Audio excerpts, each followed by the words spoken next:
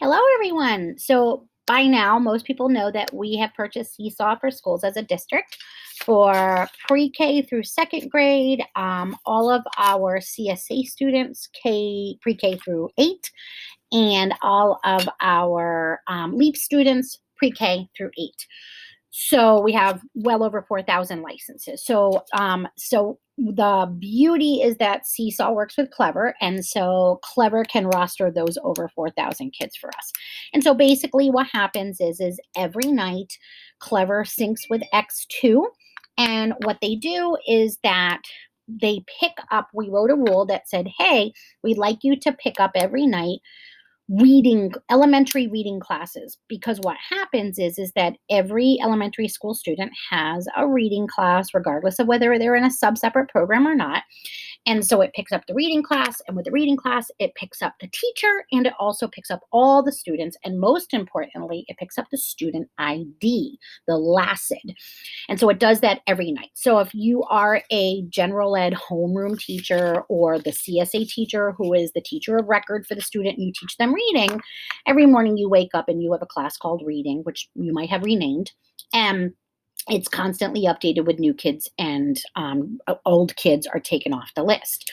So that is for that is for your general ed homeroom teacher. For our other teachers, so for our allied arts teachers, for our special educators, for our occupational therapists and social workers and speech paths, you guys can also have classes, and you aren't going to be synced with X2 and Clever, but you're going to benefit from the fact that Clever went in and grabbed all those LACIDs for you. So if you're assigned to a school, you have access to add all of those kids who have accounts. And then what happens to the kiddo is that when they come over here and click on their name, it says that they have 5 classes. All their different classes are right here. So I'm going to walk you through the process of how you would create classes. So here I am, I'm inside, and I've got 2 classes up here, and I'm going to go ahead and I'm going to create a new class. And so if I'm like I said, allied arts teacher, service provider, special educator, that sort of thing, I'm going to name my class. I want it to be something that's the student, it's identifiable. So as allied arts teachers, you have a lot of flexibility. So you could there are some teachers in the district who are doing like kindergarten, grade 1, grade 2. So it's 100 kids in each class. There are some people that like to think by homeroom. So they're doing kindergarten, homeroom A, kindergarten, homeroom B. So they end up having 12 classes with like 24 students inside of it. It's really however your brain works. Special educators, some people are creating it like I work with this group and I work with this group. So I'm going to make them separate classes. I have other special educators that are like, I just want one class with all of my students inside of it. Awesome. That is fabulous. It's really however your brain works and what is going to work best for your workflow. The kids, I'm going to show you how to set it up correctly. The kids don't see anybody else in the class. So you're more than welcome to have multi-age groups. You're more than welcome to have 100 students in a class. It's really just what's better for you, not for the kids on this one. It's better for you. So I am going to say that I am a physical education teacher. I'm going to name my class. So either my last name, Mrs. Wilkins, or I could call it Phys Ed, something that, like I said, the kids are going to come here and see their list. So you don't want to just name it like grade 1. That's, you don't, because they're going to be like, which class is that? So I'm going to say, I'm going to say physical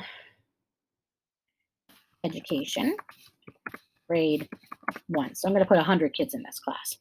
And I'm going to come down here and choose my grade level. Now, this is a grade 1 class, so I'm choosing 1, okay?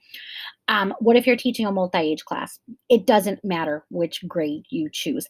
They use this information to suggest activities to you in the activity section.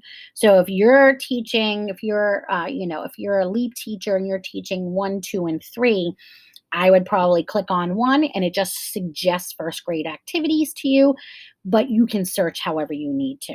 So, okay, so I'm going to go first grade and click here.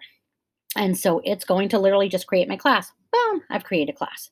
So now to add my students, and this is the stinky part, is that you have to manually add, and I mean manually by you're going to have to type in their lessons. So you're either going to want to have your classes up on next to, or a lot of people have just told me it's easier for them to have their rosters next to them, and they just start typing them in. And it is one of those front load works. Could take you anywhere from a half hour, especially if you're like a PE teacher or a music teacher. It could take you a half hour to an hour to get your classes set up because you guys teach the entire school. For those of us with a smaller caseload, it's not going to take nearly as long. So I'm going to go in and I'm going to click student. And then from here, I am going to click add students. And you're going to see here, enter student ID. So you're going to type in the LACID there. And I can't do it right now because I am in a PD school, so I don't have any students. But I'm going to type in the student's LACID right here, and it's going to pop up and it's going to say, did you want John Smith? And you're going to say yes. And then the kids, it's going to pop up over here and keep populating and keep populating. So the great thing is massive flexibility. The stinky thing is that if a kid leaves, you're going to have to manually delete him off your list if it, especially if it bothers you. If a kid comes in, you're going to have to click add student and add them. So it's not going to keep it up for you like the rostering does, but sometimes that's good. So then I just wanted to show you quickly here, when you're inside and you're setting up your classes, you are going to go to right down here. Students can see each other's work. The default is yes. I suggest, because they're home and everything, you turn it off. Okay, confirm change. Unless you're using it as part of the class, like, hey, take a look at this person's work. Didn't they do a great job? That's an exemplar. I've seen some teachers in this district use this wonderfully by leaving it open and really creating a community within the classroom. I know that right now with kids at home, it's tough. So you might just want to turn that off. So when they log in, all they see is themselves. That's it. They don't see anybody else. So that is how for a very long video, that is how you set up classes when you are not you're not the reading teacher in Clever. I hope that was helpful. Bye.